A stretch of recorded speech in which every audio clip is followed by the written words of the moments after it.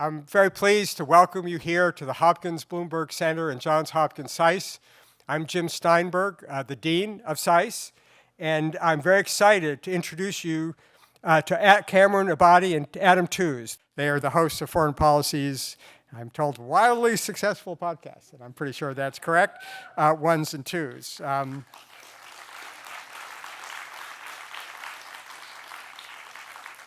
Launched 2 years ago and millions of downloads today, which is really quite impressive.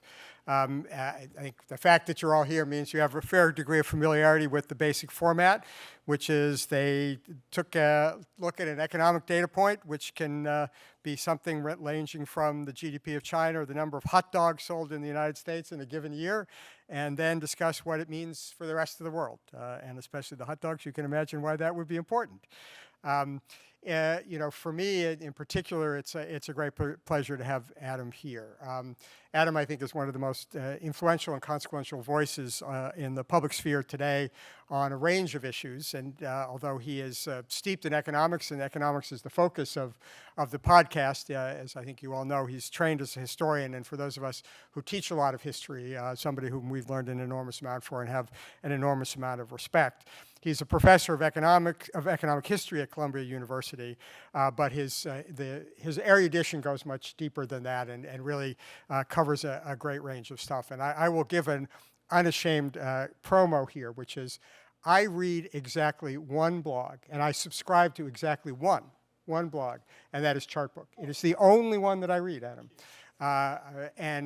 Because it is so informative, it's so stimulating, and what I think we really appreciate here as an interdisciplinary school is the fact that it brings these different perspectives together. It is not a prisoner of any one academic discipline. So really great to have you here. And of course, with him is his co-host, Cameron Abadi, who's the deputy editor at Foreign Policy and Adam's direct editor. He also edits many of the other prominent columns at Foreign Policy, including Steve Walton, Stephen Cook. Steve Walton and I have some interesting conversations over the years, but another influential voice, and Steve Cook, a friend and colleague of mine from my Brookings days. So really quite a great lineup that you have there at FP. He lives in Berlin, and that's where our colleague Michael Portillo. Michael, where are you? There you are. Sorry. First approached him about doing the show here in DC about a year ago, and kudos to you, Michael. I mean, it really is the hallmark of what SAIS students do, is that kind of initiative and entrepreneurship that make these kinds of things happen. And so it is a very special thing that you have done for us, and thank you for making this all happen. So you're not here to hear me, you're here to hear them. So again, join me in a warm welcome, and I really look forward to the show.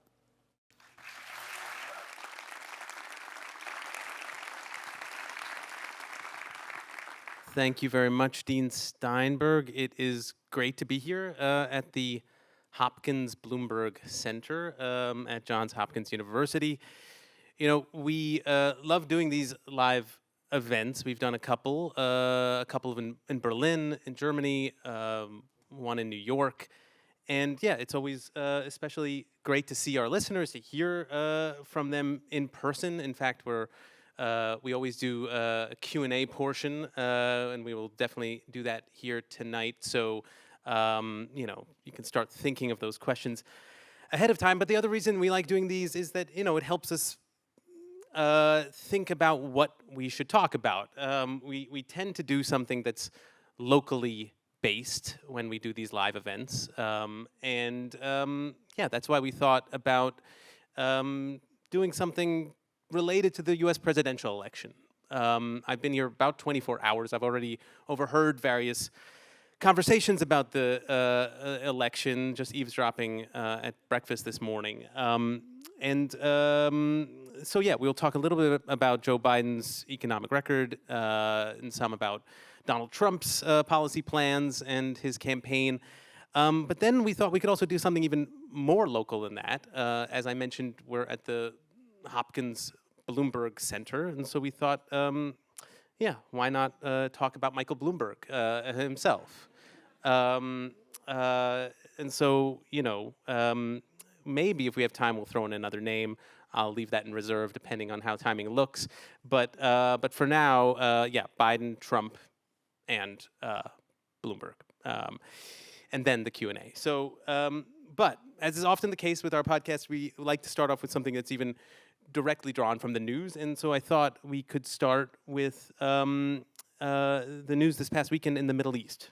You know, since Israel attacked Iran's consulate in Damascus, killing several revolutionary guards, and then the Iranian response to that attack in the form of hundreds of drones and missiles fired at Israel last weekend, there's been a lot of talk of a widening war in the Middle East, and obviously a conflict of that kind could have huge economic repercussions. In the Substack you write, the one that Dean Steinberg subscribes to, the only one he subscribes to, you talked about this recently. You wrote about this and how the way I interpreted what you wrote is that the United States seems to be best placed to benefit from a war of this kind, at least relative to others. And I'm curious if you could sort of describe, if there is economic fallout from this widening conflict, why would the United States be well placed relatively, and is that a matter of its strength or weaknesses of other countries right now in that context? Yeah, it's first of all, let me say it's wonderful to be here, and thank you so much for the overly generous introduction. It really is a pleasure, and wow, what a space you have here. I think it's important to be careful in our phrasing here and not to say, you know, America benefits from this crisis. You can see, I think one could see how easily that would be spun in an instrumentalizing direction. And there's all sorts of kind of conspiracy theory about war in which people benefit and that's why they happen and so on. I don't think that wouldn't be my argument. But I think there is a structural element in the global economy which is worth thinking about and is revealed again and again by crises like this. And it's the talk of the spring week meetings, IMF, World Bank going on in this town right now as well, which is that when there is uncertainty in the world economy, folks look for safe havens. And the safe haven of choice is the dollar. It still is the dollar. And so in a crisis like this, the tendency is for the dollar to strengthen. And that is the basic logic, which then exerts pressure on other economies around the world. And it comes at a very inopportune moment because of the latest inflation data out of the US. The markets have gone through this sudden lurching reassessment of the direction in which interest rates are going to move this year. Because they had convinced themselves that the economy was slowing down quite fast. It was going to be a soft landing, but nevertheless it was slowing down quite fast. And so the Fed would be able to cut maybe as many as 5 times this year. And then some hot inflation numbers came in the last couple of weeks. And so we have this weird disjuncture between the sort of shocking violence in the Middle East on the one hand and the subtlety of bond market hermeneutics on the other. And both of them drive you in the same direction, which is that everyone wants to move their money into the dollar. Because the interest rate will stay higher if the inflation rate is marginally higher. And in a state of uncertainty around the world, people run into the dollar, and those two things work together. And I was in Brazil a couple of weeks ago. We did a show from there, and even there in their central bank, they're immediately talking about it. They've had to intervene 2 weeks running to try and to prevent their currency devaluing. And I was speaking to Hung Song Shin of the BIS today, and he was saying the interventions in Asia are even more dramatic. So the Indonesians, Japanese, South Koreans in various ways are all under pressure from this strengthening dollar. And then you add another element into this, which is oil prices, which haven't rocketed the way that people expected, but are definitely trending up. And the serious talk now of oil in the high 90s or even over $100 a barrel. And once upon a time, that used to have an effect on the US in which the dollar would depreciate if the oil price went up, because people buy the oil in dollars, and there was an offsetting effect in the global market, whereas the dollar went up, the sellers had to offer, or rather, there was a kind of logic that the price could go up only if the dollar went down, right? If the dollar was strong and the oil price was too high, then the oil just became unaffordable. And we're now in a regime in which, because America is the largest oil exporter, when the oil price goes up, America's currency actually strengthens.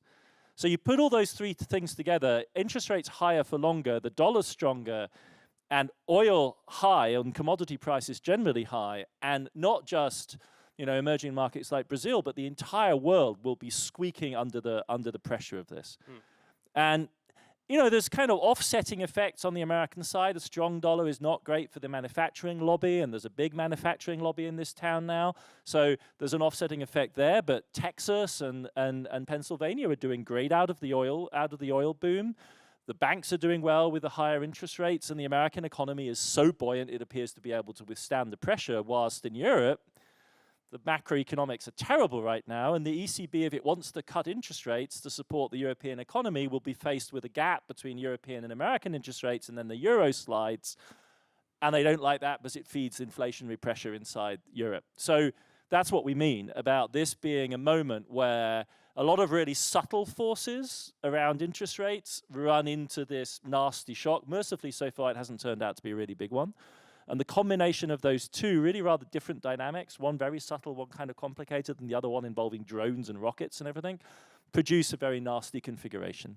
Okay, yeah. So bond market hermeneutics, first of all. Yeah, it's very, if you listen to these people. I was thinking that's just a good band name. Really I don't kind know. of, yeah, it would be good. But I do want to, clarify. It sounds like what you're saying is, as a general rule, does this mean that when there is conflict, the American dollar strengthens, and in various ways it is good for the American economy? For all the anxiety we all feel when we read the news and we see there's a conflict, we hear about, instability, like, do the people really deep in the people in the economy who are really working on these things day in and day out, kind of, are they relaxed about it in terms of the economic effects? They know that it's going to be okay for the United States, ultimately? It's even more twisted than that. Even if the crisis starts and originates in the United States, the dollar generally strengthens.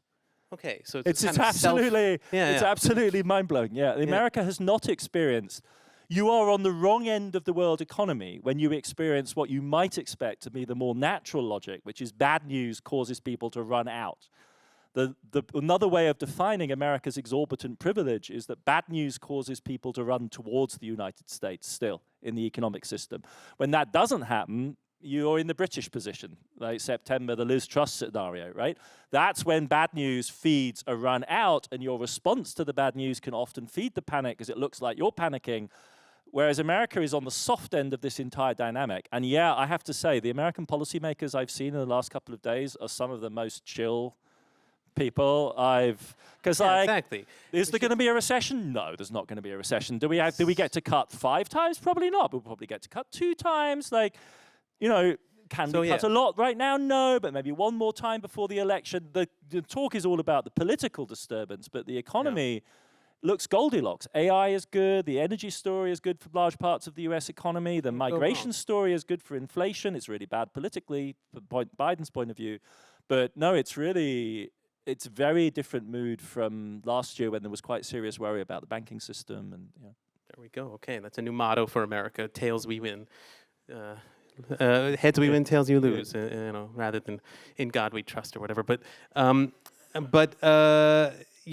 the other news this morning, in fact, was that the Biden administration is imposing sanctions on Iran's drone industry as a response to these attacks, and just got me wondering what is the deal with Iran's drone industry? I mean, it seems to me that there's a lot of countries buying Iran's drones. I mean, what is the comparative advantage that Iran offers with its drones, and how big a business has this really been for Iran? It's really a fascinating story, because I think we've all kind of naturalized the fact that Iran does drones, and all of Iran's clients have drones. The Houthis have drones. Hezbollah probably has them. They sell them to Russia, astonishingly, right? And if you dig into it, it's a very interesting history, a very deliberate choice on the part of the Iranians, beginning in the Iran-Iraq war. In the late 80s, they realized basically that they were at a structural disadvantage in the more high-end weapon systems. They weren't able to replace the Air Force the Shah had bought. The American Navy sank what there was of the Iranian Navy in the Gulf, the oil platform encounters. And so from 86 onwards, it's amazing. You can go look back. There's these the Iranian popular mechanics magazines celebrating their first experiments with drones. Since Are you saying Iran invented the drone? Yes. You're telling me Iran... Okay, go on. Iranian Wow. vintage... It's going to be on Chartbook this coming week, because the images are so amazing. There was, in fact, a popular Iranian film promoted by the propaganda ministry about an Iranian drone squad operating in the Iran-Iraq war, And they have systematically developed drone capacity since the late 80s, pushing to mass production, also benefiting from the occasional incident when the Americans lost a high-tech drone over Iran. It happened 2 times, and the Iranians immediately reverse engineered them and produced their own knockoff versions of the American ones. The cheap one that's like an old, German V1 bomb with a little moped engine on it is extraordinary because it has a range of almost 1,500 kilometers. So that thing will go. It's easy as anything to shoot down because it's so slow, and it's loud. But it will go very long distances, much longer than some of the more sophisticated versions that the West produces and sells. And they're really, really cheap. So they're $20,000, something like that. Whereas Turkey, which is also a kind of middle-income drone supplier, its cheapest models come in at about almost the $1 million mark. And from the West, they're like way more expensive. So Iran really has cornered this low-end, reliable, quite heavily mass-produced. We did a Tajik episode, right? And they built a drone factory for the Tajiks because the Tajiks were competing, with the Uzbeks, I think, and the Turks had supplied the Uzbeks with drones. So no, it's emerged. You wouldn't say there was a natural comparative advantage, maybe, but they've built, I think maybe the industrial economics term would be they built a drone cluster, right? So they have, in that Krugmanian industrial policy sense, doubled down, made the investments, developed the expertise. They have 2 companies. One is directly linked to the Revolutionary Guards, and the other one is more private.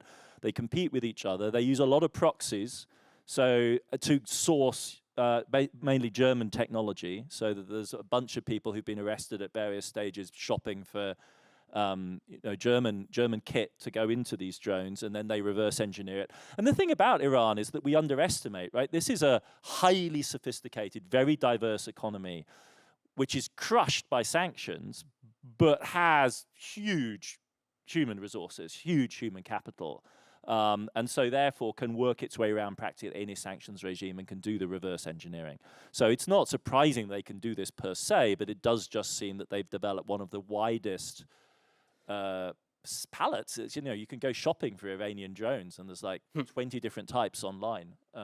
It's fascinating. $20,000. We could have raised money. We could have. Yeah, no, we gotten can one have for our the own podcast. drone. I wish. No, absolutely. We could have a militarized buzz bomb. It might be too late now with the Foreign sanctions. policy. But maybe we'll start. We'll put out a call for fundraising. But I want to shift now to Biden, the first of those names I mentioned at the start, to sort of enter this discussion from a sort of oblique angle. I mean, you yourself have been described as a Keynesian, as an adherent to the thinking of the British economist John Maynard Keynes. I'm not sure you've ever put it in quite those terms, but it's out there, and I don't think you've ever denied it either. So we'll go with that as a description, and it's definitely consistent with the way you. No, stop apologizing. Right? It's true. No. Yeah, Okay, there we go. Yeah. Exactly. We've known each other for years, but I've never asked you. Are you a Keynesian? Totally paid up. Fully paid up. I have a little bust, a little statue of him in my office, but along with some other people. But I also have one of Keynes. So I did want to ask you then, from a Keynesian perspective, again, the Keynesian argument would often be in times of crisis you need public spending. I'm curious, what is the appropriate response to the condition of the U.S. economy right now? I mean, we are, as you said, the economy is very strong. We're near full employment. Growth is pretty good. At the same time, interest rates are, higher than they used to be. Plenty of Americans would love for them to be lower. And yet inflation is still higher than the 2% target. And all these things together, I mean, is this a situation where Keynes, if you were to channel him, would say America really should be pursuing some kind of austerity? I mean, is it time to kind of turn to reductions in public spending? Is that where Keynes would come down, and what would you say about that? I'm super tempted to go off on a huge Keynes tangent, but we're not going to do that because we're going to promise ourselves to do a Keynes segment. Okay, great. It's a great idea. In fact, we should do more segments on economists. It'd be a fun thing to do. Like we could do a whole series, Keynes, Schumpeter, the whole works. I don't think there's any doubt. In a funny kind of way, if you look at his commentary on fiscal policy on a day-by-day basis, especially around World War II.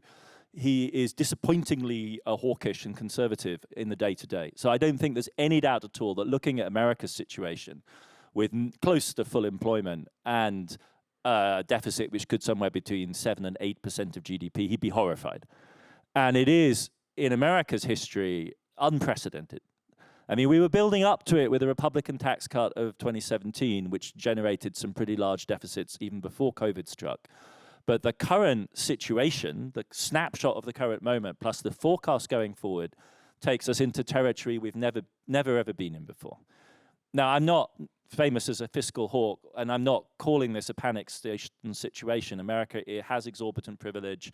It's not going to cause an immediate meltdown in the Treasury market. There might be a meltdown in the Treasury market, but it wouldn't be on account of the overall volume of issuance. There's just a bunch of technical issues in the Treasury market which make it very unstable, which need fixing in light of the volume that's coming.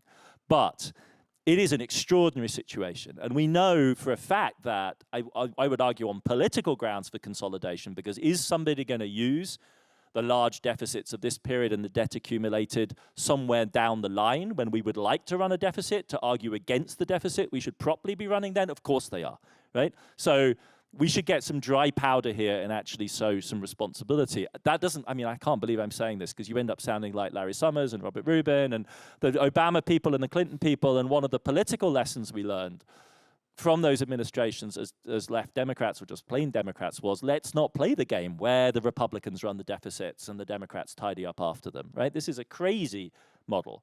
And I'm broadly speaking with the Dems who say, let's just, if they're not willing to play ball, why should we play ball, right? The question then is, okay, if you did want to consolidate, though, how would you go about doing it? And I think the crucial thing, first of all, surely to say is, America is not a society over-provided with excessive public spending and excessive provision of public goods. That is not America's problem. It has a lot of problems, but that's not one, right?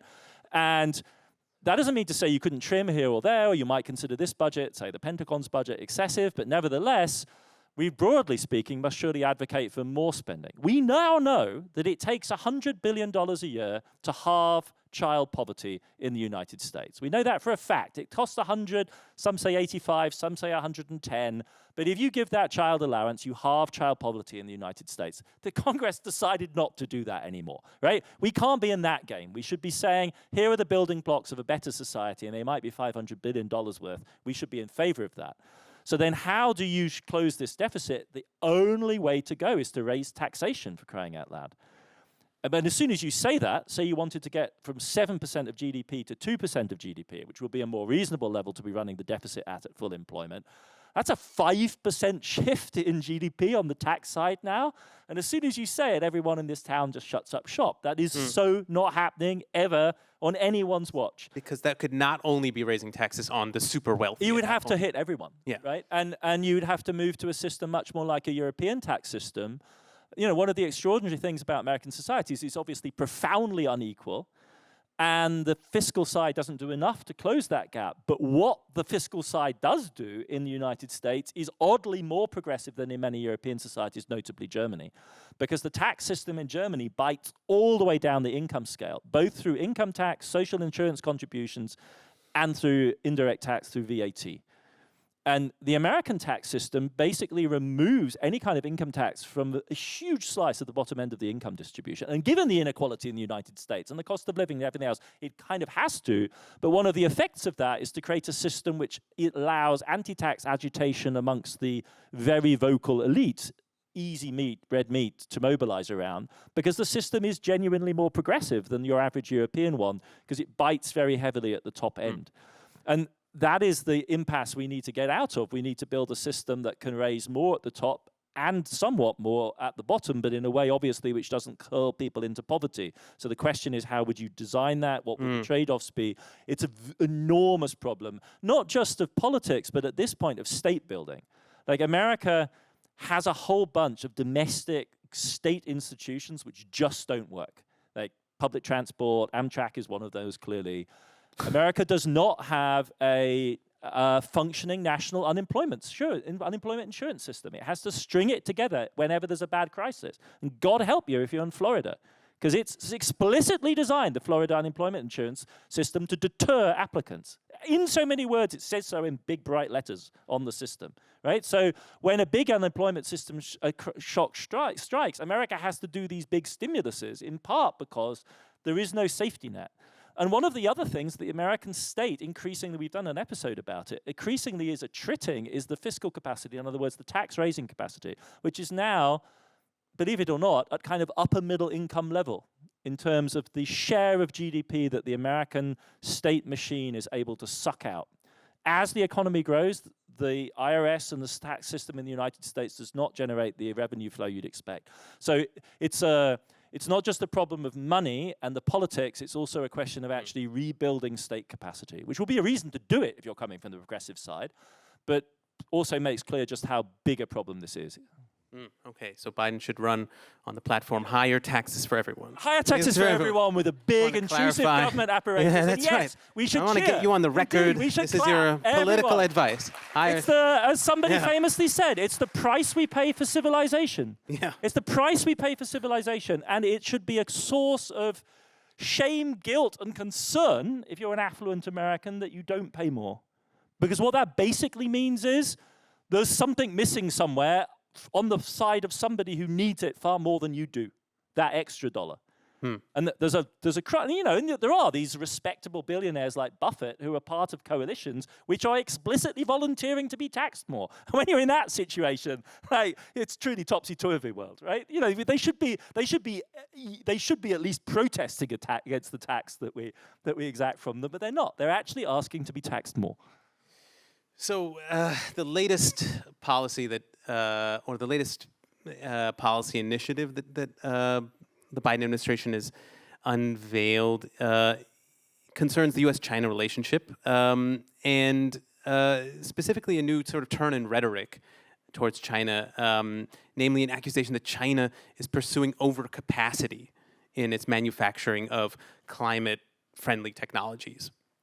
And I was hoping you could help me better understand this accusation, because, you know, the basic facts, I guess, aren't really in dispute. I mean, China has industrial policy. It's, you know, supporting its clean energy industries. I can see why that could be bad for American competing industries. But yeah, I wanted to ask what you think this means for climate change and the politics involved with climate change. Because on the one hand, all this extra capacity seems to me like it would be lowering prices for clean tech. On the other hand, I guess I could imagine this is disrupting the politics over the energy transition in the West. You know, it's preventing maybe the growth of, you know, domestic industries, and that's been the kind of argument for the energy transition in the West. So, you know, which way does this cut? Is China's manufacturing strategy making the energy transition easier, or is it making it harder for the rest of the world? Yeah, so this really is the hot button issue right now, and you know, it's very interesting to watch the twists and turns of the Biden administration's China position. You know, there was the small yard high fence move, and now we're in the excess capacity position. There's no doubt there's some great work that just came out of the Kiel Institute in Germany that has actually quantified the scale of industrial policy spending. And by their estimate, Chinese industrial policy spending is 1.7% of GDP, which is 4 times larger than industrial policy spending anywhere else in the West. Everyone else does it, but to the scale of about 0.4% of GDP. And one way of kind of rationalizing the overcapacity kind of critique, I mean, it's difficult to go to a straight, naive fairness argument, because everyone does industrial policy. I think the best way to interpret it is, hey guys, stop trying so hard, we can't keep up. Wouldn't it be better if we all just agreed to a kind of arms control policy on industrial policy, and we all agreed to, say, spend, I don't know, 0.6% of GDP, which would be 50% more than we currently do, and half what you currently do, and then we'd kind of be in the same space. But the true naive, blue-eyed, oh, these nasty Chinese who rigged the market kind of argument, no one can seriously believe that, because we all in various ways do. 0.4% of America's GDP is a non-trivial amount of money flowing into the American system, and there are big bits of the global market which are clearly rigged in the interest of Western producers. And the Biden administration administration has been very upfront, for instance, with the IRA about favoring domestic production. So I think that's the sort of the space that we're in. 1.6% of GDP, by the way, is like a third of the Pentagon's budget. So we're talking $250 billion, roughly equivalent, if you translated it over this side, which is a big chunk of money flowing into Chinese industry. The problem, really, I think, though, is not just the scale of the Chinese spending, which could make you feel as though maybe they'd become, this great big state-controlled, state enterprise-dominated economy. The really terrifying thing about Chinese industrial policy is they do spend more, and then it unleashes this absolutely gigantic public-private domino effect, and out the end comes one of the most hyper-competitive domestic markets in the world for everything. So we might think that you would create a bunch of sleepy, good-for-nothing, subsidy-milking businesses from this. But the opposite is the case. You get this supercharged, hyper-competitive, excess capacity market. So for photovoltaics or for batteries or for electric vehicles, the consequence is just this utterly cutthroat competition, first in China's market, which is, for many of these things, the biggest in the world by a large margin. And what we then experience as the spillover, what we think of as dumping, are basically the losers in the Chinese market who are looking for markets elsewhere which are easier to sell into. So this huge surge of cars which the Chinese are exporting, they're not the hyper-competitive best models the Chinese are producing, because those are selling in China, and they're selling to their domestic audience first, obviously, because they want to keep their customers sweet. The stuff that is spilling over to us is really the excess. It's a lot of Western producers who are no longer very attractive in China. It's some of the less competitive Chinese firms which are looking for markets elsewhere. And so that's, I think, the really terrifying thing from a competitive point of view on the Chinese side, is that, yes, they spend more, but we shouldn't imagine that makes them sleepy and uncompetitive, which is, I think, what we would fear here. But on the contrary, it just supercharges this hyper-competitive, really very ferocious market. Is it good for climate change? I mean, in a sense, one can hardly believe we're asking this question. I mean, basically, the Chinese are offering to subsidize to the tune of hundreds of billions of dollars everyone else's cheap acquisition of the key elements that we need for electrification, right? I mean, a free gift, right? A free gift of support. And why are we quibbling with it? We're quibbling with it because of the question of employment. And I think that's where the rub comes. A large part of the Biden policy on climate is organized around the idea that you don't talk about climate unless you absolutely have to. What you talk about is green energy and green energy jobs. And what the Chinese do is drive a wedge in there. Because if you're a pure climate person, you take the photovoltaics, you take the cars, you take the batteries, the cheapest you possibly can, you roll them out to the entire world. You don't give a damn where they come from. But that is not the Biden green energy agenda. The Biden green energy agenda is don't talk about the climate. It's not called the Climate Reduction Act or the Carbon Reduction Act. It's called the Inflation Reduction Act, to sell it to Joe Manchin, right? And what the strategy is actually to sell this on the basis of great new jobs. And that's where the Chinese break this. And that does indeed create, if the green energy transition is a bunch of unfamiliar stuff that is being sold by coastal liberals, and you have to buy a marginally more expensive car, and it doesn't come with a sweetener of a bunch of great new jobs, it's a very different thing than if you're selling the Biden version, which is your Ford Lightning made in the United States with sweet American sweat and sweet American things. And it's just the most all-American thing you possibly can have for the moment when the power fails and you have to plug your giant air conditioner into your giant truck. And we sail through the climate crisis in an all-American fashion with nothing having changed, right? That's what they Is they this would entirely love to fair? sell. I mean, can you separate the climate question from this political question? I mean, I don't know. Is there anywhere in the world it's just making the pure climate argument? So the Brazilians, for instance, are really interesting. They've basically said, look, we're taking photovoltaic from wherever we can get it at the cheapest possible price, and we're going to be sticky about wind. And wind, we're kind of going to try and attract Western producers or Chinese producers to produce in Brazil. And we're going to develop expertise. They have offshore oil expertise. They want to double down on that. Petrobras is kind of in this game. They're also trying to force the Chinese to produce electric vehicles locally in Brazil. So they're trying to revive the what was once a very large Ford, VW were all in Brazil. They want that back with the EV, but they've made a selective choice technology by technology. Photovoltaics, the game is lost. Just buy the cheapest things you possibly can from the Chinese. The strategic argument just doesn't work with photovoltaics because if you buy enough of them, you install them. It's not like the Chinese can somehow turn them off. And they also really don't appear to have Chinese spyware in the photovoltaics. Like even the Chinese apparently aren't interested in monitoring how much power we take or how often the sun shines. That doesn't appear to be a priority. Like maybe there are spice bugs in the cars, but not in the photovoltaics. So we can buy the cheap photovoltaics. The issue there is slave labor, Xinjiang. And it's small issue, slave labor. But the question is, how big is it? Yeah. That actually is the question. That genuinely is the question. How much of it is contaminated, quote unquote, slave labor? And that's an open question, and it's a question that, or it's not when I say open, I'm sure there are people who actually know the answer to this, and I just don't happen to know right now. But there are also ways in which we can hope to or try to control the supply stage. And that's, I think, a way of dealing with this, to say there are certain games which are lost.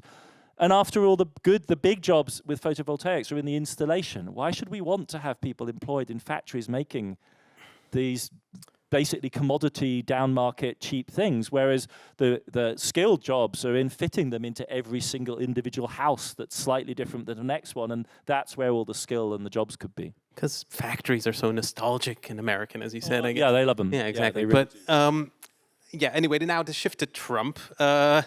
Obviously, economics is not always necessarily the first thing that comes to mind when we mention Trump, but... Really? Not business? Surely. Well, Come now. He's a billionaire. Yeah, no, that's He's right. a man of money.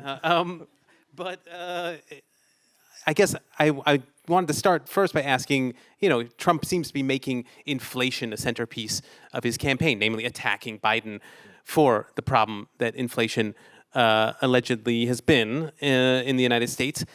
But, is there any scenario in which Trump's own plans don't themselves result in higher inflation? I mean, I've tried to understand those plans as best I can, to the extent I can tell that he has any clear policies. They involve a big emphasis on tariffs on one hand, and on the other hand on tax cuts. So, that combination, is there any way that, more Trump doesn't result in more inflation? Yeah, he likes tariffs, he likes tax cuts, he likes low interest rates, and he wants to stop immigration.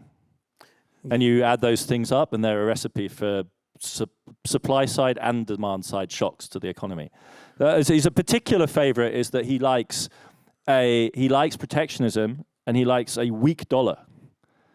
Right? He likes a weak dollar because it makes America more competitive. But if you slap tariffs on foreign goods, it almost invariably leads to a revaluation of your currency the other way. In other words, the currency goes up. That, to a considerable effect, offsets competitive advantages that you gain from the tariff, right? Because it gives more Americans more purchasing power, which makes it cheaper for them to buy foreign goods. And that, in a kind of liberal view of the world, is a satisfying effect. So tariffs are sort of self-defeating because the macro adjustment is large enough to offset. Trump will just be driven crazy by it. I get my sweet new tariff, and then, God damn it, the dollar goes up. I would not want to be trying to help him think through macroeconomic interconnection. Yeah. I think it may be more like a day-by-day If he offered thing. you a job. It's a day-by-day thing where you just rely on the fact that he's forgetful, and it's like, hey, Mr. President, great news, like we did the tariff, And so, I mean, I think it's and I don't, there's a lot of talk about what his team might be, and I think, there's not a lot of optimism on that front, that there's going to be more coherence. I mean, there's very determined, very, very serious heavy hitters like Lighthizer who are in the frame, and he's not to be messed with. But he is not somebody who's prioritizing macroeconomic balance. This is a flat-out trade hawk, industrial policy, America first, protectionist. I mean, the guy's been fighting America's trade war since Japan in the 80s. Like, it's not a recipe for disinflation. So there is a fundamental contradiction here. I mean, yeah sure. I mean, you're telling us that Donald Trump Jr. is going to be running the Federal Reserve, I think is what you're telling us. No, there's another list, and they all start with the name Kevin, apparently. The major qualifying thing is the Kevins. Yeah, there's a list of Kevins who are... any Kevins out there who are listening want to get on that list. The other thing we know about Trump and Fed chairs is that they have to be tall and manly, right? Because he took one look at Janet Yellen and said, no, you can't be Fed chair anymore. No, yeah. Small Jewish lady, like, that's just not going to cut the ice. No, we need a a fine Central figure cast. of a man like Jay Powell, who's and then Powell could maybe hack it, but of course he can't. They need a new one. Okay. They'll need a new one in due course. Yeah, I mean, despite all of this, despite all of what you're describing, the incoherence, the contradictions, etc., it seems like Trump has plenty of support among, first of all, many of America's most wealthy people. Also, many of the people we might think of as the leaders of our system of capitalism. I mean, people in financial industries. Jamie Dimon, the CEO of JP Morgan, recently said that Trump got a lot right as president in contrast with Biden. Okay. I've never heard anyone's... Dimon is flat out vocally anti-Trump at this point. Well, okay. I mean, he does this balancing out, but behind closed doors in private, it's extraordinary how far... I've watched JP Morgan's incoming senior management quake at how far out on the limb he's willing to go. Okay. It's an interesting case, actually. So, I think he's the...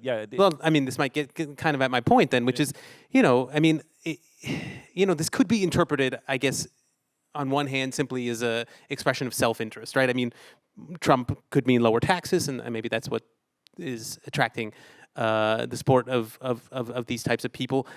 But the likelihood of just systemic instability to me seems pretty high with Trump. I mean, in terms of foreign relations, in terms of international economics, a lot could happen. I mean, so should we be expecting capitalists to have these kinds of questions in mind when they're voting? The kind of systemic stability, it seems like Trump could be a threat. So shouldn't they be keeping that in mind when they're considering who to support? It's a really fascinating question. I think there's what takes people in a short runway towards Trump, apart from, they may line up in the culture wars on, whatever side he's in, or they may be dispositionally, conservative, and then they have to sort of, shut their eyes and vote for Trump because they're culturally conservative. But I think it's taxes and it's gutting the regulatory state. And American business, regrettably, but undeniably, has a sustained and serious commitment to the pursuit of undoing the development of the administrative state in the United States for the last 50 years, despite the obvious counter, which is how the hell do you expect good governance to function and this society to hold together unless we have these basic provisions in place? And yet there's a sort of it's on issue after issue after issue after issue, they would choose to have a weaker apparatus than a stronger one. And I think that's undeniable, and it cuts across all sectors and almost all interests. It's remarkable. Very few people are willing to make the play on the race to the top in terms of regulatory standards, which is a more European vision, that they will genuinely buy into a race to the top in many cases. And despite the excellence, this is no knock. Like Exxon is a remarkable business organization. There's nothing that the British and the European oil companies have on Exxon in terms of operational or health and safety. Often the contrary, but Exxon will opt for a deregulatory anti-climate strategy any chance is given. Right. So that those two elements are there. The other thing is that depending on where you're located, these corporations, of course, absolutely reflect the divisions within American society. And even if you're running a New York-based bank, a large part of your trading team will be Long Island Republicans and will be cheering for Trump, despite the liberal position taken by the, uptown Park Avenue liberal, corporate C-suite people. So if you're running a big organization, unlike a hedge fund or something like that, where you can just decide which way you're going to swing and do your own thing, or you're in California where, you've just got blanket support within the tech sector, it's overwhelmingly Democrat. But if you're running a big bank, I did a gig for a big company that's located out in New Jersey, and they literally had to say to me, Adam, we're worried you're coming from Manhattan. You do understand that we're very conservative here. Don't come with your fancy liberal... No, I won't say anything more detailed. Okay. But don't come with any of your fancy liberal talk. We're in New Jersey, and in New Jersey, we're finance, and we do finance in a conservative way here. Yeah. So So this kind of assumption that we have, speaking as liberals, about where intelligence and power and organization ought to lie is clearly not reflected in natural American society. Otherwise, things will be going a different way, right? So at one level, why are we even asking ourselves this question? I think the answer, though, I'm just coming back to you now, I'm just, playing devil's advocate there for a while, is that the Republican Party, around the disintegration of the Bush presidency in 7-8, basically forsook being a party of government, first and foremost, essentially organized around the interests of big capital. This was a conclusion I came to in wrapping Crashed, which was supposed to be a history of 2008 and became a history of a 10-year crisis, which culminated in the election of Trump. And the conclusion I drew from that was, we're writing here the obituary of the Republican Party as a party of power in the sense of the articulation at a general level and through a democratic coalition of the interests of big business in the United States, which forever it was. And it ceased being that.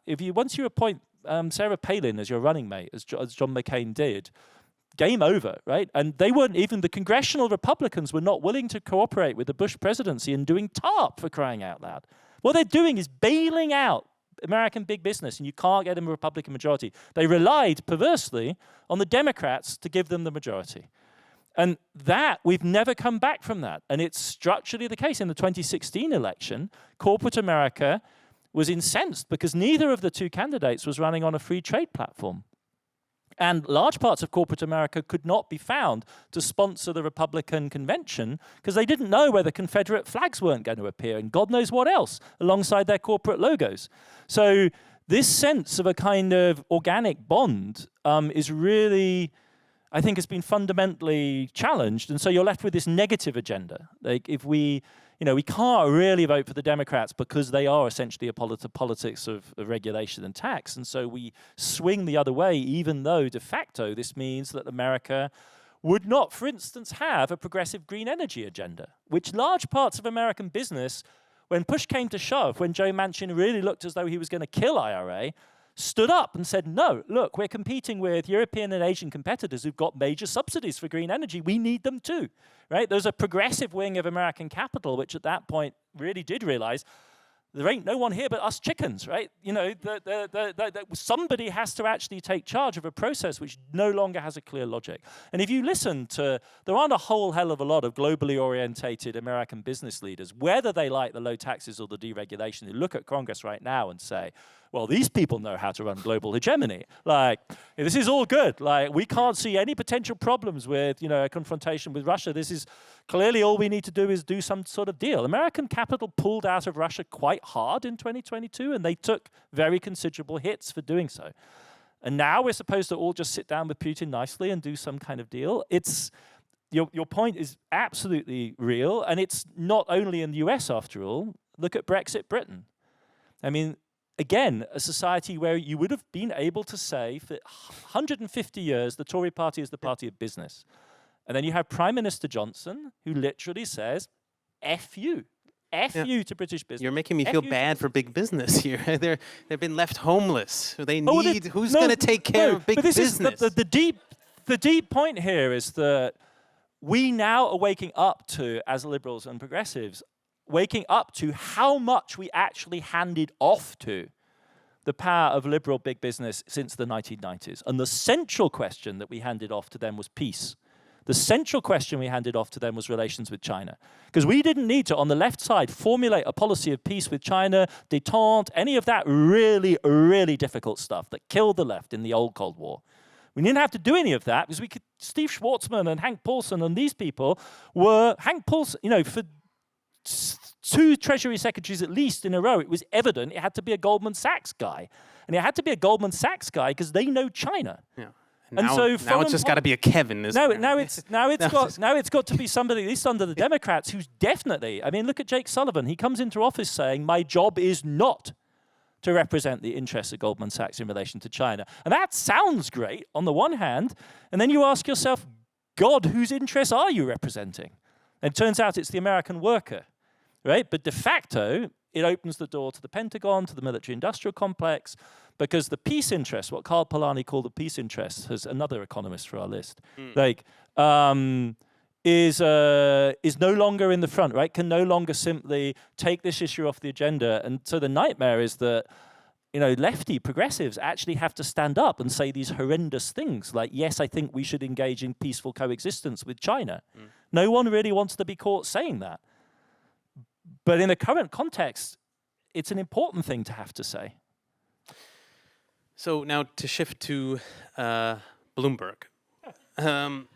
We are, as I said, in the Hopkins Bloomberg Center at SAIS, and you know, I was hoping you could help me understand what kind of investment was involved in making this, the Bloomberg, the Hopkins Bloomberg Center.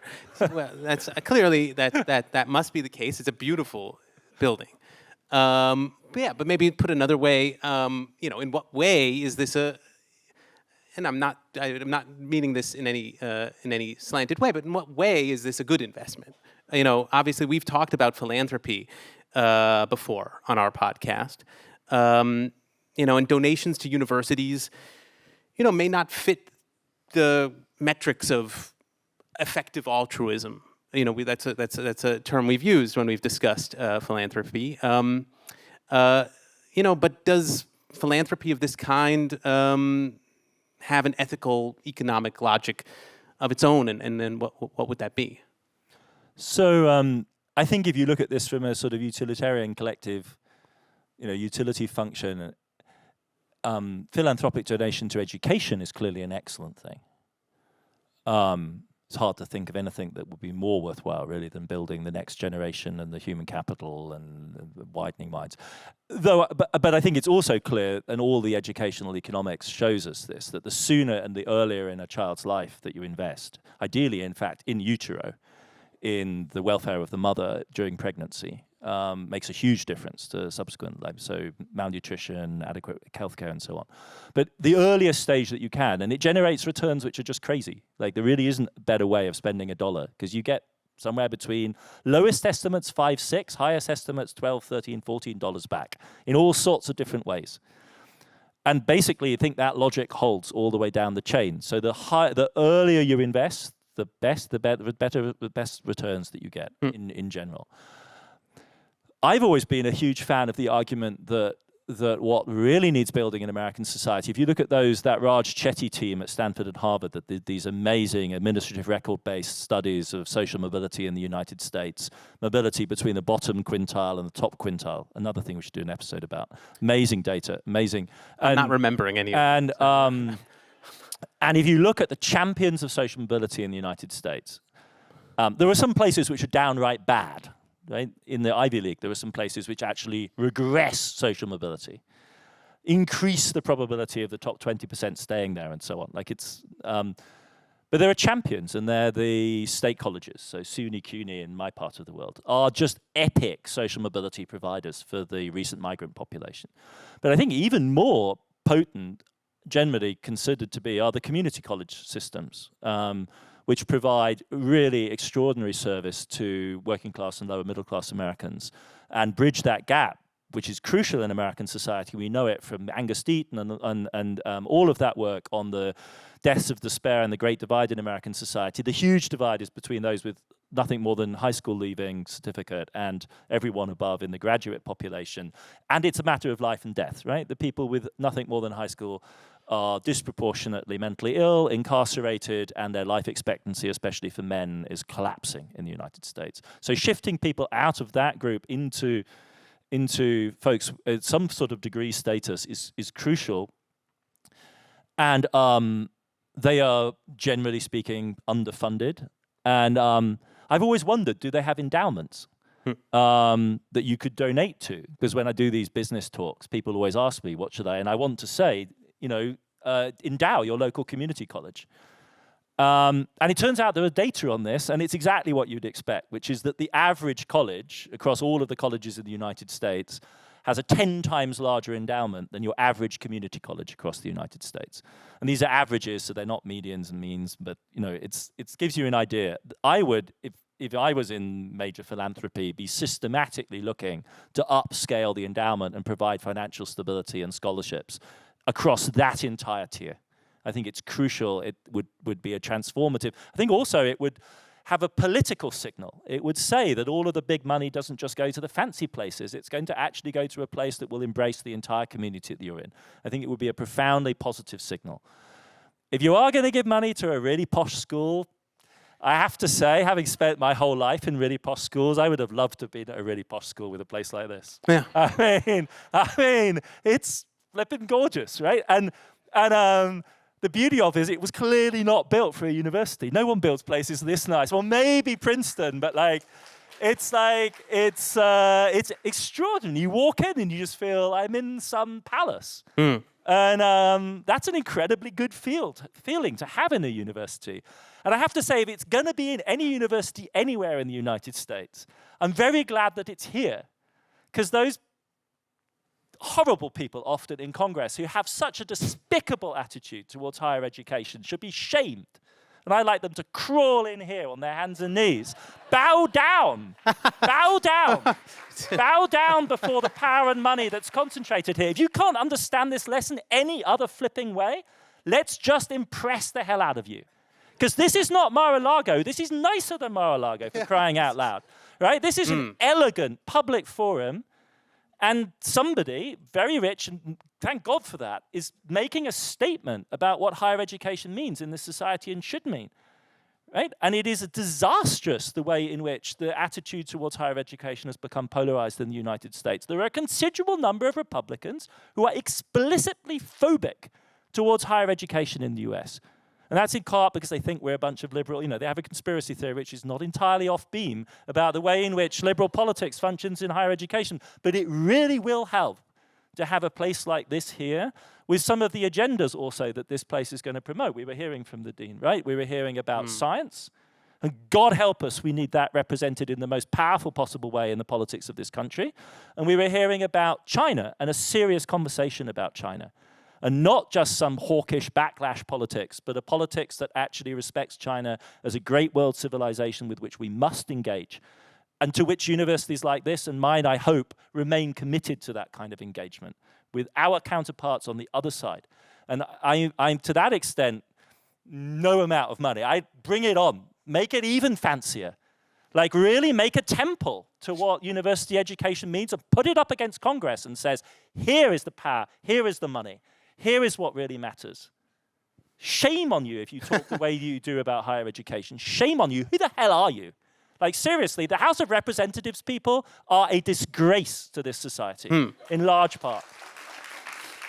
I speak, obviously, you know what happened to the head of my university yesterday, and it's put me in an angry mood. Yeah, no, I've only seen you get so worked up about Brexit. That's the only other subject I've seen you get so worked up about. But I think you're also forgetting that Trump endowed his own university. I don't know anyone absolutely. who graduated from Trump University. The guy can see a business opportunity when credit to him. It's not a bad idea. Yeah, sure. I don't know. Maybe Mar-a-Lago will be a campus one day. We don't know.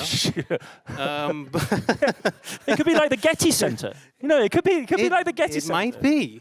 Yeah, he's got great taste in marble. Optimistic. He's genuinely into fancy interior decorating. Exactly. Just it could be like this, Yeah, SAIS Mar-a-Lago. Guilt studying, Can that be? Maybe we'll see. But I guess just to briefly stay on this philanthropy topic. Who then does who comes to mind as a kind of historically as a model philanthropist, or is philanthropy itself a kind of symptom of something something of a problematic system somehow? No, it clearly is. God help, they should all be wealth taxed. Let's be clear. Why is there not an agreement that every year we reduce a billionaire to a 500 millionaire? Just one. And just one every year. And they're just politely asked to donate everything above 500 million, which after all does afford a very pleasant lifestyle. They should televise the lottery every year as well. Absolutely. They should be pick queuing a name up, out of the bowl. And then we put their name on the national fund, like the national lottery in the UK that paid for the Olympics and stuff like that. It should just be a kind of anti-lottery for billionaires.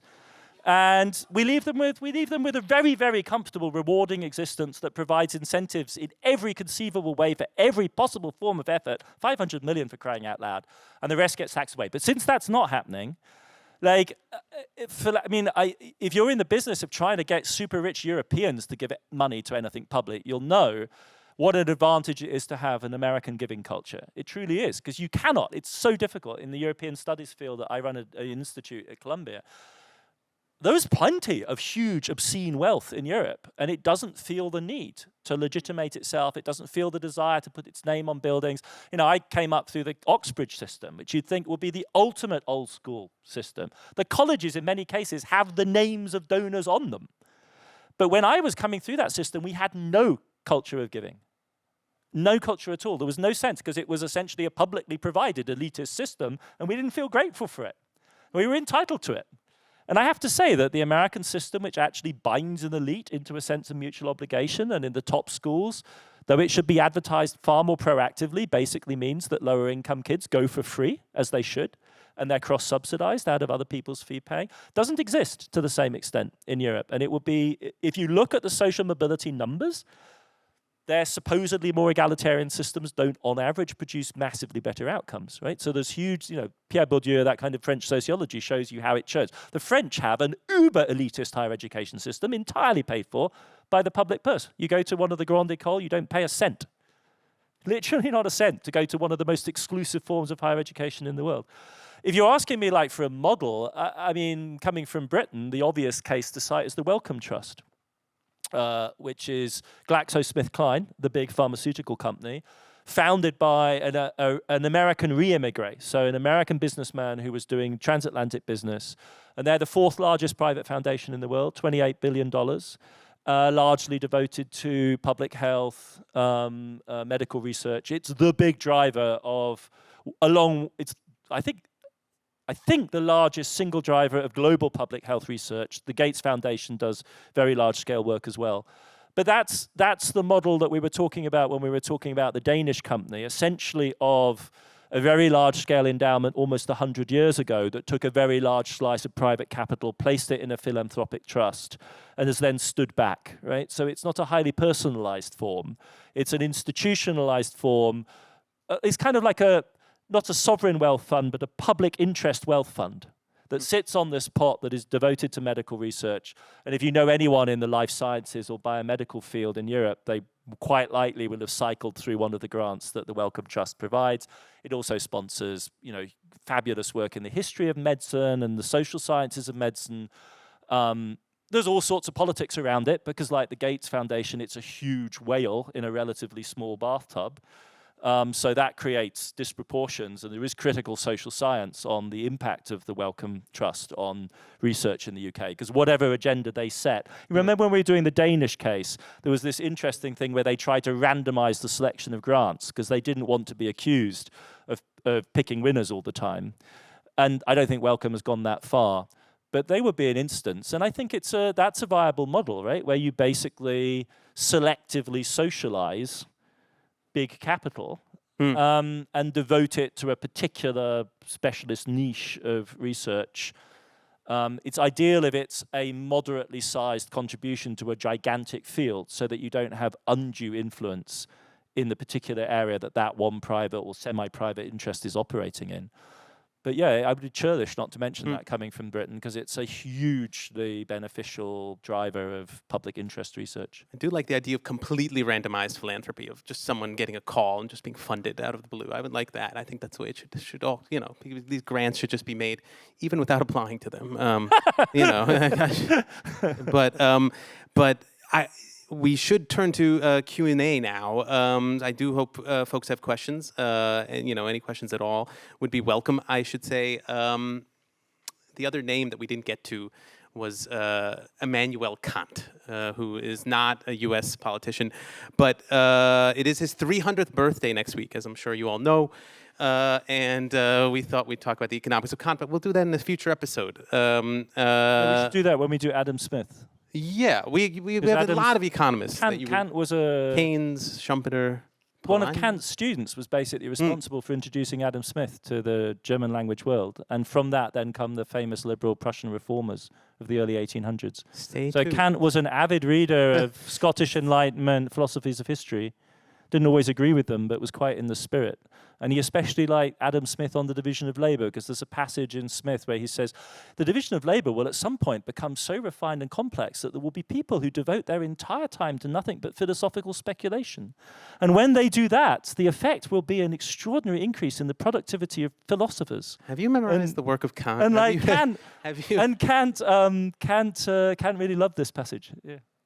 Well, it will be a future episode. We've got a long list of dudes. So it's great to have a long list of dudes, but if somebody would like to break the long list of dudes, that would also be something that will, no disrespect to dudes, but can't help noticing that that's what it is. Anyway, hi. Hi, I'm Ben. I'm kind of interested in Cuba's economy, and they have some serious, pretty structural issues, and I've been actually meaning to ask you guys to do an episode segment on this. So if you guys want to just save your answers for that would be great. But you're really tempted. Yeah, it's kind of a big question, but I guess what if you could just talk a little bit about some of the issues facing their economy, and maybe putting aside the question, like the political question of America's embargo. What does the path forward kind of look for Cuba, and is there a world in which Cuba kind of gets out of this and it doesn't look like a sort of pre-Castro playground for wealthy Americans? So I am going to pass on this, and we're going to stack it. And I'm having this thought of like, okay, it's all very well to do, this show in Germany where we have a pretty good idea of what the questions are going to be. Yeah. And we do this in a place like SAIS, and it could be literally about anything, about anywhere. Yeah. No. You've achieved like the rarest of all options. This is great, and we are going to pile these topics up. So I really want to do that show because I think lurking in the background of a Cuba question surely has to be a broader, what the hell is America's policy thinking about the entire region, the Caribbean in general? Like, what is the plan here, folks? Because it is potentially, some of you may know that I'm keen on this polycrisis idea. And part of the reason I got interested in that was because I had some experience of life in the Bahamas and the Caribbean, and if you spend any time there, you end up dealing with a lot of Haitian migrants, both formal and informal, documented and undocumented. And so I got super interested in the kind of crisis dynamics of the region. And Cuba is a potential Haiti in the making, looking there. And I think there needs to be a more concerted. I'm not faulting the Biden people. I'm sure there are smart people in the State Department and elsewhere that are breaking their brains over this issue. But it hasn't risen to the surface, right? It was one of the issues that got handed off to Kamala Harris early in the administration, the whole Central American portfolio. And with the scale of the refugee/migrant crisis that America already has on its doors, and its limited capacity politically to cope, not economically and socially. I live in New York, and really, there is no crisis. The city is absorbing a flow of migrants. There is no crisis. These are hardworking people. It's a hardworking city. They're broadly speaking welcome to come and work hard along with everyone else in New York. And the shame is that we can't provide them with better and a more immediate accommodation. But there's no crisis. That's just nonsense. But politically speaking, everyone can turn it into a crisis, right? And that's what all societies have to regulate. And Cuba is potentially a very, very big version of that, right, with a legacy. And what exactly its trajectory would be. One story that caught my eye, and this could be a hook, was there were food riots, right? They had a first wave of food riots. And not being a Cuba specialist, I nevertheless thought, Jesus, right, that jogged me into greater consciousness. So thank you for bringing that. Let's put that on the docket. Should we go this side, that side, this side? Yeah. Thank you both. I wanted to return to the topic of U.S.-China relations. So I think it was on Wednesday that President Biden announced potential increased tariffs on China for aluminum, steel. So I wanted to see what you made of that, both politically and economically, what the consequences might be. Yeah, I think there's electioneering going on here. I expect a steady stream of Democratic announcements on tariffs. That steel labor union is like really swinging for the fences, right? It's an interesting phenomenon, and broadly speaking, one has to be sympathetic to the fact that the Biden administration has given organized labor not just a merely symbolic shake, but actually is quite seriously interesting, I think, in redressing the imbalance. if you have to go hard on China with tariffs, those are the sectors surely to go for. Like, they have undeniable, massive, historic scale excess capacity in steel and aluminium. They make it in a very dirty way. This is the heart of the coal-burning fossil industrial complex that is really burning through the world's climate. It is the legacy of what, from a historian's point of view, is just a sort of staggering thing that you look at in awe, right? I mean, the Chinese doubled global steel output in less than a generation, doubled global steel output. So the entire industrial revolution history of the entire world doubled in 20 years. I mean, it's just, we never, just didn't think that sort of thing was possible, right?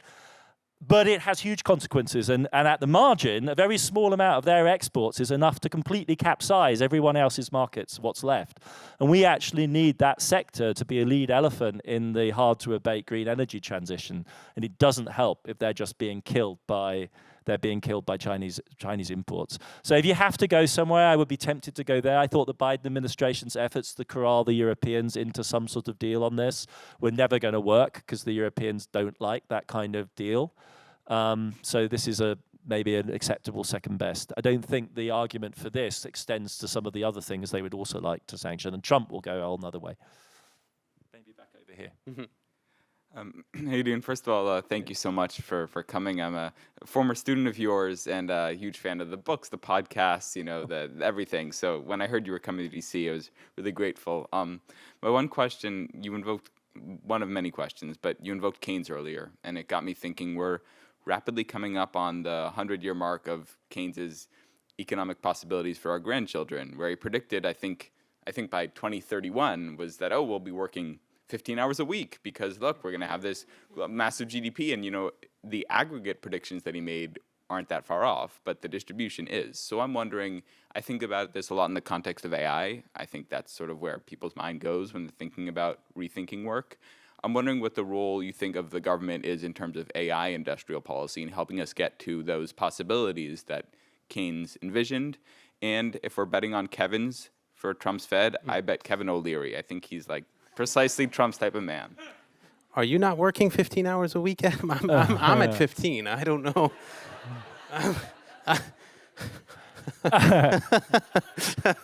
I mean, this essay is great. So that's a question for our Keynes. We're having our script just written for us. Yeah, economic possibilities for my grandchildren is a fabulous essay.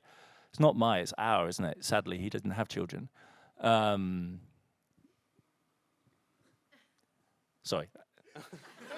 A fact that was once viciously exploited against him by a colleague of mine, and in fact is the result of fertility problems that he had with his wife, and they weren't able to have children. It was a source of great regret. So if you've ever read anywhere that the fact that Keynes didn't have children contributed to his feckless attitude on debt, put it down to homophobic slander. But there's this extraordinary essay in which he describes, in the middle of the Depression, basically, folks, it's not going to be so bad because economic growth is real. And as much as I'm a theorist of the short run and of shocks and of recessions, we need to raise our view to the horizon. But yes, he was in the end, a super elitist Bloomsbury intellectual who, though he worked frantically hard his whole life, thought, I think, of his own work as separate and different from the work of ordinary people. And therefore, I think, had the idea that, broadly speaking, as we achieved the basics of a modern life, that people would be allowed to crank back. And in Europe, after all, that's exactly what has happened. If you look at, over time, the labor input for a rich society like Germany, which still likes to fancy itself, it's one of its many out of touch with the reality, counterfactual imaginings, is one that the Germans work particularly hard. And if you've spent any time in Germany, you know it's clearly not true, not even remotely. And this is, broadly speaking, to be welcomed, that they should just give up their silly old Puritan assumption that it makes them better if they did, because they don't. And actually, collectively, in fact, there's a discussion now, isn't there, of going to a 4-day week for one of the major trade unions there, which would take you in Keynes's direction. Could AI disencumber us of more work? I'm sure it could, particularly the laborious paper shuffling type. In fact, in the bank that was hosting the event that I was at in the last couple of days, there's a lot of talk about all their compliance work in future being done by AI, because that's exactly the kind of thing that should be done by AI, isn't it? Compliance. Who'd want to use real people doing that? So, but you can see that the argument, the question, of course, is always going to be, and you addressed it, is distribution. Like, so how then are we going to ensure that people have a decent livelihood, meaningful social activities outside the home? And that's been always the stumbling block. But 15 hours a week is maybe on the downside. The Europeans are within striking distance of 30 to 35. And that does mean their GDP growth is slower. And it does mean that their societies are, if you're used to the frenetic pace of New York, or just, you know, if you have Chinese friends and you describe to them what their experience of being in Europe is just comical. It's astonishing. You know, if somebody's used to the pace of Shanghai, where they're taking work meetings at 11 p.m. routinely, it's just, you know, Europe is just this weird Disney sleepy world.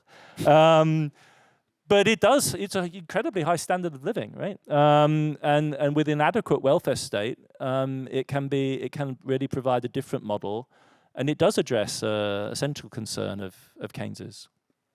It's very pleasant in Germany, Yeah. but you still need a fax machine if you want to get things done. I know this is awkward, but can we do a kind of gender rotation? Can I bring you, because you were the first, I think, to step up, and I do think we should be conscious of this.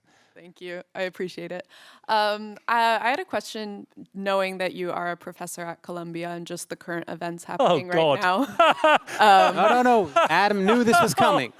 I know this Thank is you an so econ much. podcast, but I couldn't resist. I just wanted to know your thoughts on the arrests, including one professor and at least 100 students. Yeah, I gather. I think one of the legal observers was arrested, right? We should provide some context for people maybe Those not who have following not been this following news. Twitter this afternoon, yes, there was an encampment of students protesting Columbia's endowment, essentially investment in Israeli assets, and wanting the university to take somebody may correct me on this rendition, a more vocal position with regard to demanding a ceasefire and so on. And they made an encampment that was in no way discussed with the university administration or with any of their potential supporters.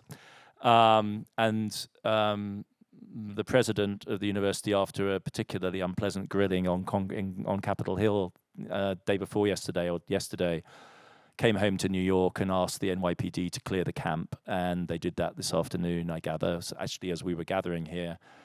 And I asked a friend whether there was anyone there who would be able to give us a halfway neutral and objective description of what was going on, and that person assured me, yes, there were legal observers on hand, and I gather some of them have been arrested too, which is what, broadly speaking, you'd expect from the NYPD dealing with I'm sorry to say that, but it's certainly what doesn't surprise me. Maybe I'm wrong to have that expectation about NYPD, but it doesn't surprise me. And from my position, it's a risk that the university administration took when they invited them onto our campus. I gathered the student response the last time I looked was to form an even bigger cordon of students around the place where there's others were arrested in, and that's the last I know. It's very, very upsetting. If you ask me how it feels to teach there, it's extraordinarily upsetting situation. Do I want to elaborate on that? It's extraordinarily upsetting because events outside the campus, obviously outside all of our lives, and after all, the situation we're in is profoundly upsetting, surely, to all of us. And we've been talking about it on the pod. We talked about it when we were in Berlin. One of the kind of absurdities is that our collective anguish about the situation gets focused in places like American super elite, incredibly safe campuses, where I understand some people feel scared, and I'm not going to deny their emotions. And other people feel anguished and scared more generally by the powers that are inflicting such huge damage on their families, have inflicted in the past, on October 7th, and then subsequently day after day after day. But of course, we are all actually remote from the horror that's happening on the ground. And nevertheless, we live out on campuses, and that, after all, is also part of the role of a campus and a university is to expand us imaginatively. So I'm not saying, this isn't a banal critique to say these people shouldn't get so excited about it because it's not happening to them. We are here because we are people of the mind, and people in the mind can travel, and so we have passionate identifications with various different sides. I think this is all entirely appropriate. But it really is, and it has been an anguish, and it is, I think, for everyone involved in this. There may be some people who just get some self-righteous kicks out of it, but I think they're a small minority. I think most people are just very upset, whichever side they belong to. I won't deny the fact that I think it's extraordinarily regrettable that NYPD has a probably regular presence on our campus. It didn't used to. We have our own police force. Wasn't ever necessary. And from my own vantage point, and I'm not Jewish and I don't wear a kippah, so I don't know what it's like to be in that position, but I find it incredibly difficult to actually believe that the threat that people who are in that position experience warrants the level of repression that's now being doled out. But that is, as I say, from the position that I speak from. And I can't do any better than that. And I'm not willing to simply dismiss those fears, but I just don't think, from what I've experienced on campus, and I teach classes with many Orthodox Jews in them. I've been teaching a class on the Holocaust, on the history of war in Germany with Orthodox Jews, with Arab students in the class. We've talked about genocide, we've talked about the law of war. In my classroom, there has not been any kind of interaction that has been stressful to either side beyond just the horror of what we're talking about. So I find it impossible to believe that we need the NYPD to sort this out. And I resent the fact that that's the decision the administration took, and it's not in my name.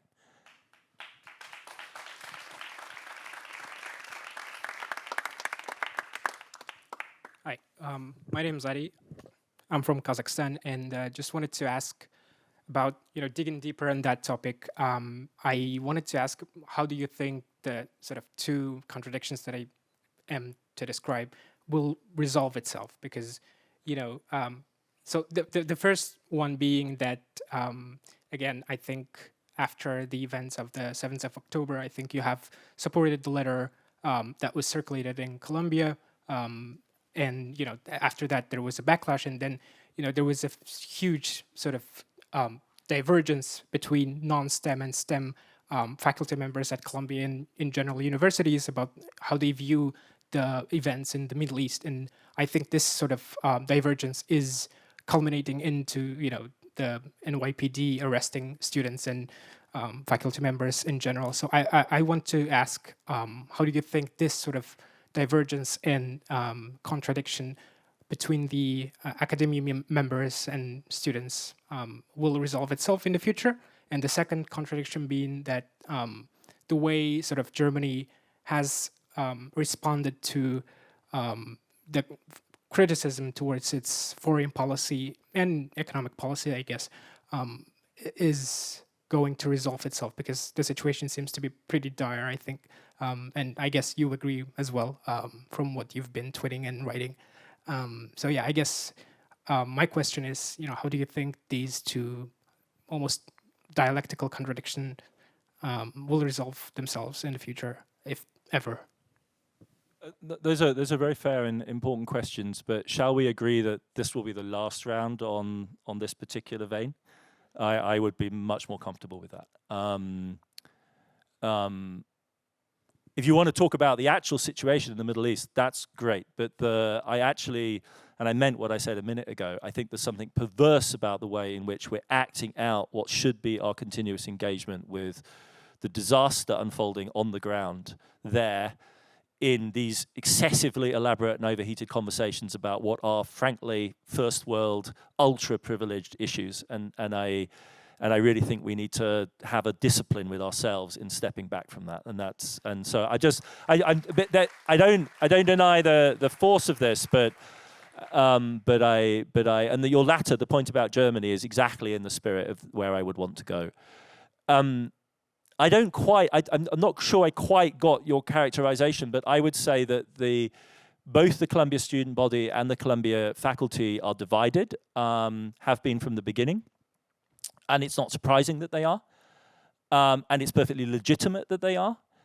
And with very few exceptions, the vast majority of both students and faculty that I have dealings with are perfectly capable of, emotionally capable of, and politically open to maintaining that pluralism of views respectfully and in a dignified way, and not relying on external forces to arbitrate, and not pulling the panic button, and not playing the fear card, and treating each other with the openness and intellectual engagement that this situation demands.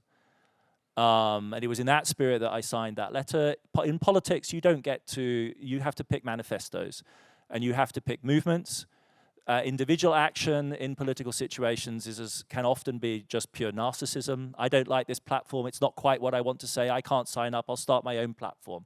No, if you're actually thinking politically, you have to make a choice about where the power lies, where the coalition is, who your allies are, potentially, and so you make compromises and you sign things, right? And then you don't deliver like mea culpas and apologies and qualifications, because that subverts the logic, right? The logic is you sign and then you stand by it and you hand off the responsibility, because not everyone's a leader. I'm a very vocal person. I have loads of platforms.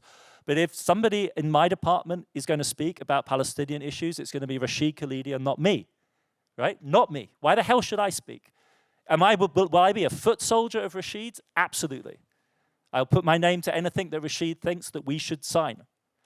Not because I'm blind, but because of the balance of political judgment tells me this is a man who has every reason to treat this seriously, and he's not an anti-Semite. And anyone who defames him as such is my enemy. And I mean that politically. This is where we get back to Brexit and Schmidt.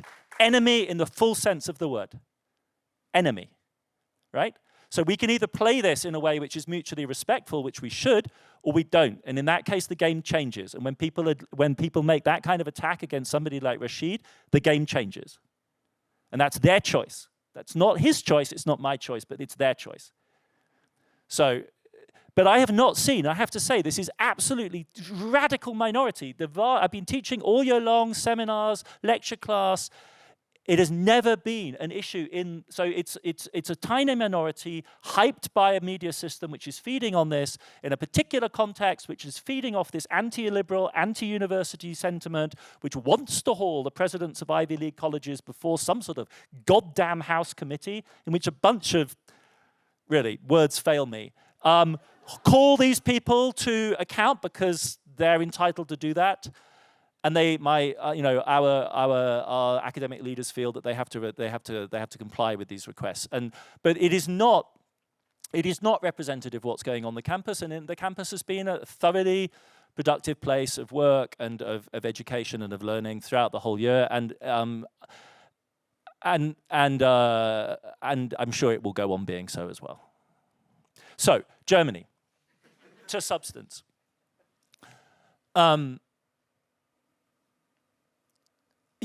There has been an absolutely astonishing effort in the German public sphere to silence anything but a very bland, moralistic, pro-Zionist position. And the sort of thing that foreign policy regularly publishes. For instance, that Israel is a strategic liability for the United States. Steve Walt's position is unthinkable in the equivalent magazine spectrum in Germany. Very difficult to publish in the same way. Right? So the bandwidth of opinion that is actually totally legitimate in the United States is not so in Germany to the same extent. It's a remarkable act of sort of self-censorship. And it has caused me some deep soul searching, because this position is taken by my generation of, above all, Green Party politicians. Robert Habeck, we both had a big crush on Robert Habeck. We were going to do a feature on Habeck. Like, he's a fascinating guy. Really sophisticated, modern, democratic politician. Very interesting man as well in politics, like a very interesting form of political masculinity. But then when the chips were down, right, and a very difficult choice had to be made, he comes out with this, to my mind, extraordinarily simplistic rendition of how German politics and Germany's increasingly diverse society should respond to what is actually, I think everyone who looks at this fairly, of course, including the overwhelming majority of liberal Jews and liberal Israelis, thinks as an extraordinarily complex problem, which is freighted with the risks of violence and guilt on both sides, he reduces it to a kind of moral platitude in a very narcissistic way. And it was a huge shock for me, because I can't separate myself easily from that politics. If there is a political party in the world where I feel like truly identified with, it's because of growing up in Germany. And it has huge ramifications in Germany because they have such a large publicly funded cultural scene. And there is a guard dog, on the right wing, which is the Springer Verlag, their version of Murdoch, which is overtly, there's a very good piece by Hans Kunadi in Dissent, which literally has the title Zionism über alles.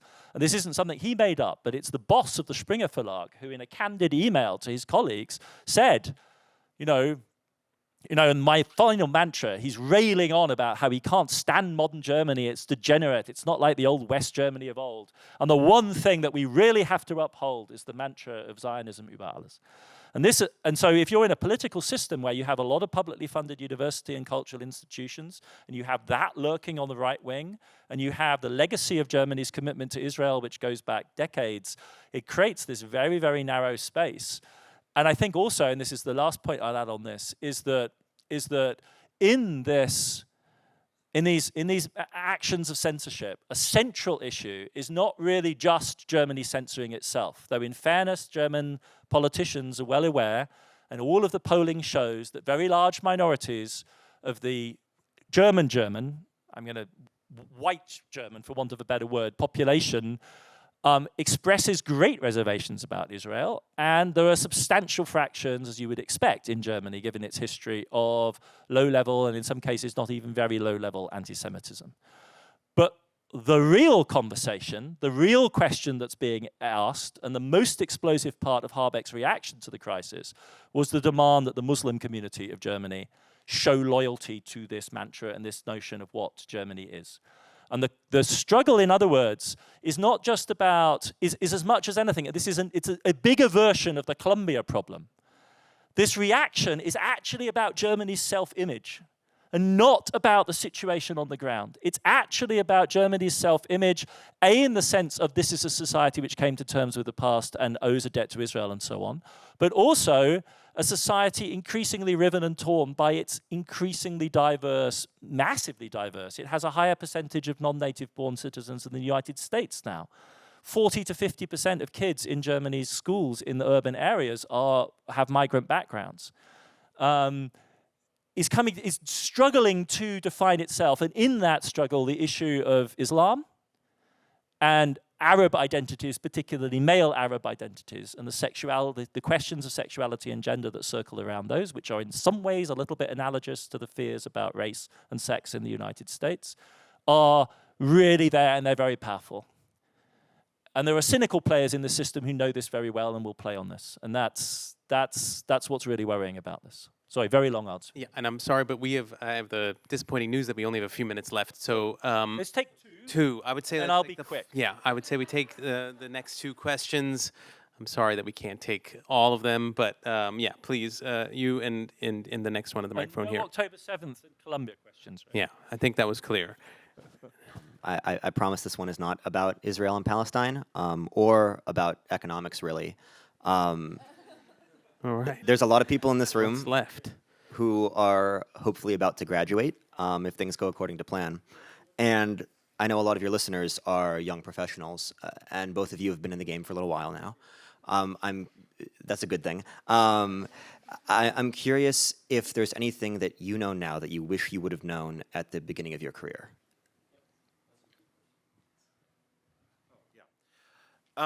So you made a number of references to your various interactions with sort of political and business elites, and as I understand, were something of the Davos it girl last year. As that's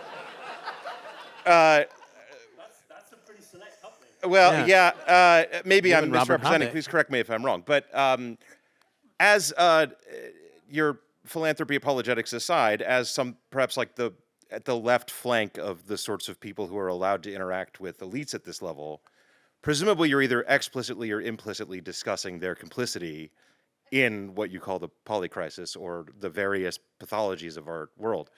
And I'm curious what their reaction to that is. So I do indeed see that as my job, and I think it's a humanities job, right?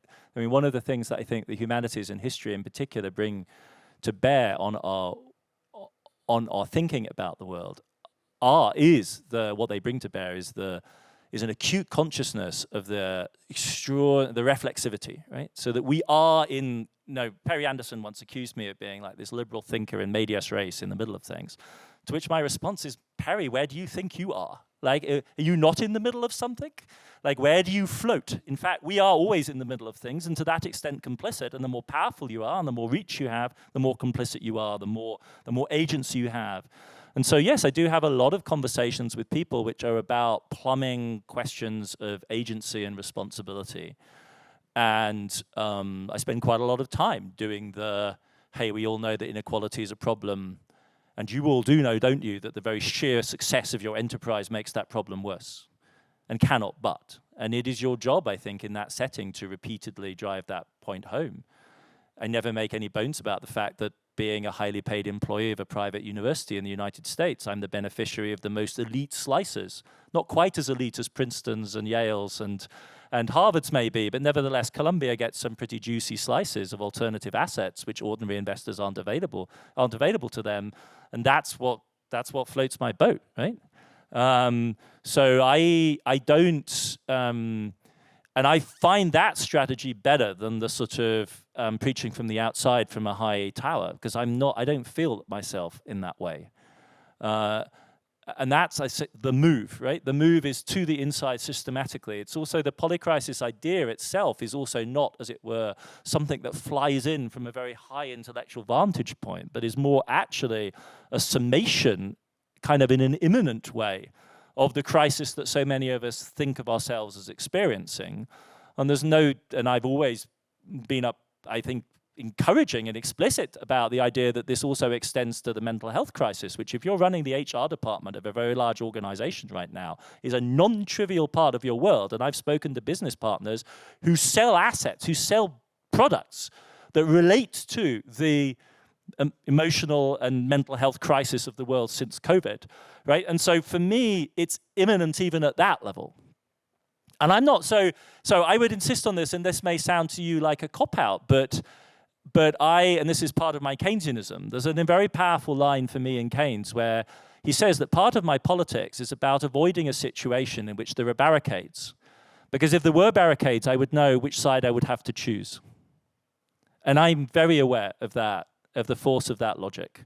My politics is in part an effort to try, and my contribution, such as it is part of an effort to try and construct a world in which that final choice, which is of course beloved of a certain revolutionary politics and a radical politics, doesn't arrive. Because at that moment, I'm honest enough to know what side of this game that I'm broadly speaking situated on. And de facto, whether we like it or not, once you're in a place like this,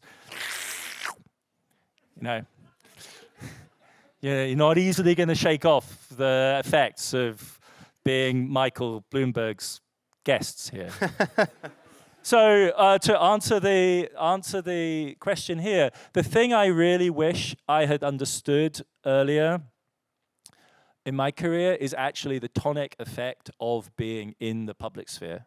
And I spent many less happy years of my career, and I also think less intellectually productive years in terms of publishing output, just quantifiably less productive years of my life, my working life, but also just my life in general, and this goes to the mental health point, locked in a more rigid, less expansive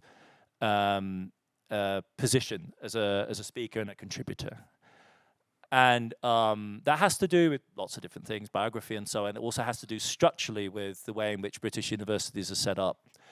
Oxbridge sounds like the Ivy League, but it really actually functions in a completely different way. If you've ever had any exposure to it, it is a beehive. It really is a highly structured beehive. You are a very small cog in a very big machine, highly functioning. It doesn't promote ego. It doesn't promote the outward facingness that the big American universities with their professional schools and their platforms and their interdisciplinarity do. And I missed phase after phase of the new electronic social media revolution. I did not blog the first generation. I'm very late to Twitter. But they were literally a kind of last-ditch effort by my then early teenage daughter to say, "Dad, you're so bloody depressed, you should try this. Like, maybe this will make you saner." Like, I literally got Twitter prescribed as a as a remedy, and I really think that's a question that I wish, not because I advocate like being out there all the time on every score, but I do ultimately think that intellectual life of which academic life is a part, and that in itself is an important thing to understand. Intellectual life of which academic life is a part is public and social and collective. And the bigger and broader, allowing fully for the critique I'm sensing here of like the power and the hierarchy with which the public sphere is shot through as well, but moving out from the purely academic realm into a broader public, however you choose it. It doesn't have to be Davos or fancy magazines like Foreign Policy. It can be all sorts of different avenues that take whatever you're doing in the confines of the academy and link it to some life beyond. And it could be like group therapy. It could be some community activism. It could literally be child rearing. For a long time, for many of us, it has to be. But like that connection is healthy. It certainly has been for me. And that I didn't know until I regret how long it took me to discover that. And Cam and Foreign Policy, I mean, seriously, I'm never giving it up, because for me, we were talking about it earlier on. It was a big opening to find a venue. I tried various other ones, which are fairly obvious and they're far more stilted, much less mobile. It's makes a huge difference writing for Foreign Policy than for writing for Foreign Affairs. And FP is a natural home, and I owe FP a great deal, because it was one of the things that pushed me out there, and it's been really healthy. Well, that's sort of related to the answer I would give myself to the question, because it sounds like it was also directed at me there. I'm happy to try to answer or offer an answer, because if I try to think about what I wish I knew earlier in my career, it's not unrelated to what Adam was just saying. I mean, two thoughts come to mind, which are sort of may seem to contradict each other. The first is, I sort of found my way to professional life after some delay after school. I sort of had an extended time as a graduate student in Europe, and by the time I sort of had a proper office job, it's sort of several years had gone by since I graduated college, and understanding the demands of a professional life in that way at all, it took me a little while to understand, and that a professional job would add, it had certain sorts of demands on how you acted and what you did and the sorts of tasks you performed and the expectations of what those tasks would be. And it took me maybe a little longer to absorb that information and to sort of realize that. I mean, the second point, though, would be that I wish I understood then as well, would be that it doesn't really matter. None of that really matters, because for all those expectations and all those thoughts about what you ought to be doing, what you should be doing, and how you should be doing it, and what your bosses may or may not want you to do, and what you think your peers are doing or should be doing. I mean, you're ultimately going to be doing what you yourself should be doing. I mean, you'll find your way to that, and I mean, in this case, it involved starting this podcast, and it involved working with Adam on pieces for Foreign Policy. But however, you can't pretend to be doing what you ought to be doing, and you'll figure out what that is. And so for all the sorts of questions that may arise in a certain way, it's sort of obvious from the start, deep in some way. So yeah, explore. Yeah, but I think the exploration for this evening is over, unfortunately. So we do need to wrap up. But it's I think I speak for both of us when I say thank you to Johns Hopkins for having us. Thank you to Michael Bloomberg for hosting us as well. And yeah, thanks. Thank you to you, Adam. Thank you to all of you, and for all the questions. And thank you for listening. Yeah, and see you at the next time we're in town. Thank you, Cam. Yeah.